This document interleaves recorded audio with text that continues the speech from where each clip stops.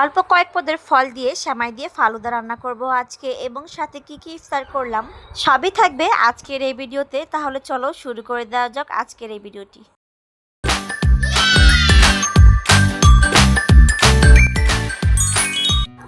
আসসালামু আলাইকুম এভরিওয়ান, কেমন আছো সবাই? আশা করি তোমরা সবাই অনেক ভালো আছো। তোমাদের সবার রমজান কেমন কাটছে জানাবে, এবং আমাদের রমজান কিন্তু আল্লাহর রহমতে অনেক ভালো কাটছে। রমজানে সবাই কিন্তু ভাজা পোড়া খেতে বেশি পছন্দ করে, এবং সাথে কিন্তু একটু মিষ্টি জাতীয় খাবার খেতে পছন্দ করে। আজকে রান্না করব হচ্ছে ফালুদা, আর ফালুদা কিন্তু খুব একটি পুষ্টি জাতীয় খাবার। আর এই ফালুদাটা কিন্তু সাগু বা সেমাই দিয়ে রান্না করা হয়, তো আমি আজকে দুটো দিয়ে রান্না করব। আর সাগু কিন্তু অনেক উপকার বাচ্চাদের জন্য। সো সাগুটা কিন্তু আগে আমি বয়েল করে নিয়েছি, এবং এটা একটু পানি দিয়ে ওয়াশ করে নিয়েছি। এখন সেমাইটা একটু ঘি দিয়ে ভেজে নিয়েছি, এবং এর মধ্যে সামান্য পরিমাণ লবণ দিয়ে দিব, এবং এর মধ্যে কিন্তু আমি হাফ কাপ চিনি অ্যাড করে দিয়েছি। আমি হাফ কেজি দুধের সাগু রান্না করেছিলাম এখানে। একটা বলক ওঠার পরে কিন্তু আমি এর মধ্যে কাস্টার্ড পাউডারটা দিয়ে দিব, এবং একটু পানি দিয়ে আগে থাকতে গুলিয়ে রেখেছিলাম। এখন এটা দুধের মধ্যে অ্যাড করে দিব।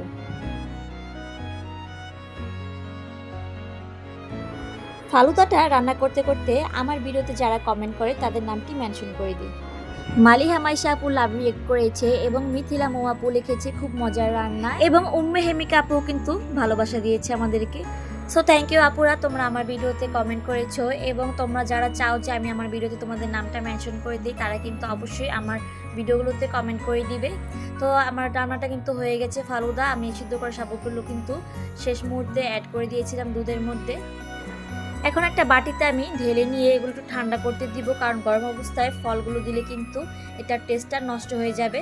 তো আজকের ফালুদাটা কিন্তু আমি সিম্পল কয়েকটা ফল দিয়েই ডেকোরেশন করব। ঘরে যে ফলগুলো ছিল কিন্তু আমি তাই দিয়েছি। তোমরা কিন্তু আরও ফল এটার মধ্যে অ্যাড করতে পারো, আনারটা অ্যাড করলে হয়তো আরও ভালো হতো।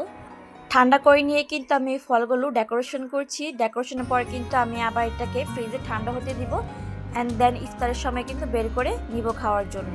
দেখতে দেখতে কিন্তু 20টা রোজা চলে গেল। দেখতে দেখতে কিন্তু 20 রোজা চলে গিয়েছে। সময় এত দ্রুতভাবে যাচ্ছে যে সময় কিন্তু হাতের নাগালে পাওয়া যাচ্ছে না। আর এই শেষ সময় কিন্তু মানুষ খুব ব্যস্ত থাকে তাদের শপিং নিয়ে, কেনাকাটা নিয়ে, নিজের হোক বা ফ্যামিলির জন্য। তবে শুধু রমজান মাসে শুধু নিজের কথা চিন্তা করলেই হবে না, আমাদের আশেপাশে আত্মীয় স্বজন যারা গরিব দুঃখী আছে সবার দিকে কিন্তু দেখতে হবে। রমজান মাস বলতে কিন্তু আত্মত্যাগ এবং বরকতময় একটি মাস। এই মাসে শুধু নিজের স্বার্থের কথা চিন্তা করলেই কিন্তু হবে না, আমাদের আশেপাশে যারা কষ্টে আছে তাদের দিকেও কিন্তু দেখতে হবে। আমরা সবাই কিন্তু চেষ্টা করব তাদের হেল্প করা, তাদের অল্প কিছু হলেও দিয়ে সাহায্য করার, খুশি করার। ফালুদার সাথে কিন্তু আমরা ঘুগনি বানিয়েছিলাম ঘরেই, এবং বাঙ্গিয়ে ছিল, আনারস ছিল, এবং মা কিন্তু অবশ্যই ছোলা বুট রান্না করেছিল, এটা মার ফেভারিট। তো সবসময় থাকে ইফতারের মধ্যে। এই শেষে 10 দিন কিন্তু আমাদের চেষ্টা করতে হবে যেন আমরা আমাদের যে ভুলগুলো করেছি সেগুলোর জন্য আল্লাহর কাছ থেকে ক্ষমা চেয়ে নিতে। আমরা কিন্তু আমাদের অজান্তে অনেক সময় অনেক ভুল কাজ করে থাকি যা অন্যের মনে কষ্ট দিতে পারে। আমাদের উচিত নিজেদেরকে এমনভাবে গড়ে তোলা যেন আমাদের কথার কারণে কোনো মানুষ যেন কষ্ট না পায়। আমাদের আশেপাশে এমন মানুষ আছে যারা কটু কথা বলতে মানুষকে অনেক পছন্দ করে, যার শিকার আমি একসময় হয়েছি। দেখতে দেখতে কিন্তু আমি আমার সবগুলো ইফতার রেডি করে নিয়েছি ইফতারের জন্য। আজকের ভিডিওতে কি কি ইফতার করলাম তাই শুধু শেয়ার করলাম তোমাদের সাথে। আর মাত্র অল্প কিছুদিন বাকি আছে, এর মধ্যে কয়েকটি ব্লগ আমি আরও শেয়ার করবো তোমাদের সাথে। যদি আমার আজকের এই ভিডিওটি তোমাদের ভালো লেগে থাকে তাহলে অবশ্যই কমেন্ট করে আমাকে জানাবে। আমাদের জন্য সবাই দোয়া করবেন।